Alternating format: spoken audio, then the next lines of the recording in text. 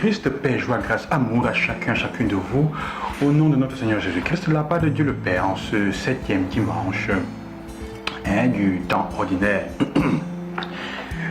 On peut trouver dans le texte d'aujourd'hui comme thème la question de la sainteté. Qui d'entre nous ne voudrait pas ressembler à Dieu? Ou plutôt ne voudrait pas être comme Dieu? C'est d'ailleurs la raison pour laquelle Adam et Ève, au début du texte de la Genèse, texte qu'on a lu il y a 2 semaines, se manifestent, ou plutôt se laissent tromper par le serpent, par le malin. Il leur dit, il vous refuse de manger de l'arbre, du fruit de l'arbre, parce qu'il sait que vous allez devenir comme lui. Et Dieu aujourd'hui dit, il n'y a pas un problème à devenir comme moi. La question c'est ce que vous comprenez par devenir comme moi. D'habitude, dans notre entendement, quand nous pensons devenir comme Dieu, ça veut dire être super, avec le super pouvoir, dominer les autres, faire ce que nous voulons, décider de la vie des autres, manipuler, contrôler tout ce qui vient à l'esprit. Pouvoir faire ce qu'on veut, en fait. Créer ce qu'on veut, avoir les richesses qu'on veut. Il y a beaucoup de choses dans notre tête, pouvoir résoudre tous les problèmes qu'on veut. Au lieu du livre que nous lisons, la première lecture, il nous dit en fait dans la première lecture,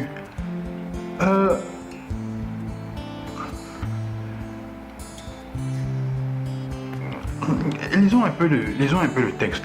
Il dit dans la première lecture, aujourd'hui, le Seigneur parla à Moïse et dit, livre du Lévitique, parle à toute l'assemblée des fils d'Israël et tu leur diras, soyez saints, car moi, le Seigneur votre Dieu, je suis saint. Ressembler, être comme Dieu, ça veut dire être saint. Mais ça veut dire quoi concrètement être saint? On pensera, ça veut dire ne pas pécher, ne pas faire du mal, ne pas tomber dans les choses, dans les manquements moraux, éthiques. Généralement, quand on dit la sainteté, le saint, c'est celui qui n'a pas péché. Ça, c'est ce que les gens pensent souvent. Ce qui est faux. Qui sur cette terre ne pêche pas? Qui, comme être humain, est-ce qu'un homme peut ne pas pécher? On a tous péché, on pêche tous. À part Jésus, évidemment. Et Marie qui ont été préservées. On dit Marie du péché originel. On dit Marie du péché originel. Et Dieu nous dit, la réponse arrive, en fait, la sainteté est une question d'amour. Tu ne haïras pas ton frère dans ton cœur, même pas dans ton cœur. Mais tu devras réprimander ton compatriote et tu ne toléreras pas la faute qui est en lui. Tu ne te vengeras pas, tu ne garderas pas la rancune contre les fils de ton peuple. Tu aimeras ton prochain comme toi-même. Je suis le Seigneur. Cela se traduit encore par l'évangile, dans l'évangile, par le texte de Matthieu, dans le discours de la montagne, toujours le fameux texte que nous appelons des contradictions. Mais il nous dit, quand vous avez appris, on vous a dit qu'il a été dit œil pour œil, dent pour dent. Bien moi je vous dis, ne ripostez pas aux méchants. Si quelqu'un veut te suivre en justice, prends ta tunique, donne-lui ton manteau. Si quelqu'un te réquisitionne pour faire 1000 pas, fais-en 2000. Si quelqu'un te chie sur la joue gauche, donne-lui la joue droite. Mais est-ce que Jésus veut dire que nous nous comportions comme le tapis pour nous coucher pour que les gens marchent sur nous? Non. Quand on nous gifle à la fin au Gethsémani, après l'avoir arrêté, il demande pourquoi est-ce que tu me gifles? Il passe sa vie à s'énerver contre les injustices qu'il voit, contre les enfants, contre des personnes. Il s'énerve quand les pharisiens sont des hypocrites parce qu'il dit, est-il juste de guérir quelqu'un ou pas?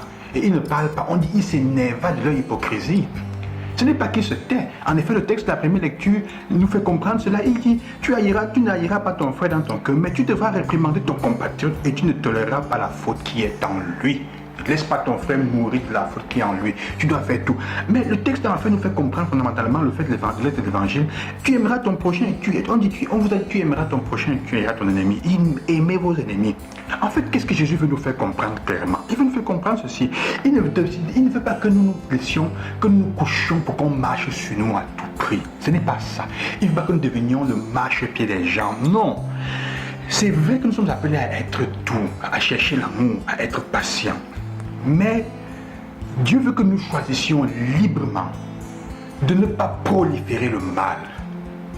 Il veut que nous comment dire, que nous trouvions le moyen, la parole, les gestes capables de désamorcer, de désarmer et de nous désarmer, de désarmer les autres et de nous désarmer, de désamorcer les querelles, les guerres, les batailles dans le quotidien avec les frères et sœurs, que nous trouvions les paroles justes, les gestes, les moyens pour rompre les risques de collision et de bataille. C'est ça qu'il veut que nous fassions, que nous fassions cela, que nous choisissions librement de ne pas faire proliférer le mal à travers le pardon, qui détruit les cercles vicieux, qui détruit les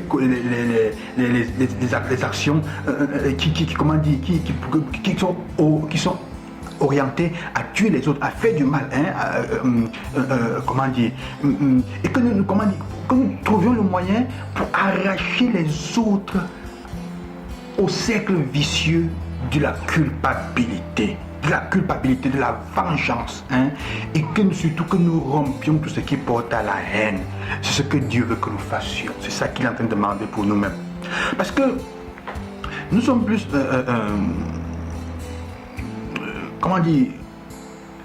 notre histoire est une histoire faite de douleur et de guerre, de fatigue. Il veut que nous soyons comme lui, comme le Père, que nous soyons saints comme le Père saint, capables d'aimer, capables de trouver le moyen de rompre les cycles de violence et de guerre. C'est ça en fait. Et c'est pour ça que la deuxième lecture nous dit, tout est pour vous. Vous êtes de Christ et le Christ est de Dieu. Il nous invite à agir selon cela. Être saint, donc frères et sœurs, suivre la sainteté, c'est faire tout ce qui est en notre pouvoir pour être témoin au milieu du monde entier que Dieu aime. Être comme Dieu, ça veut dire être capable de rompre, d'arrêter tout ce qui est mal, qui cause le mal.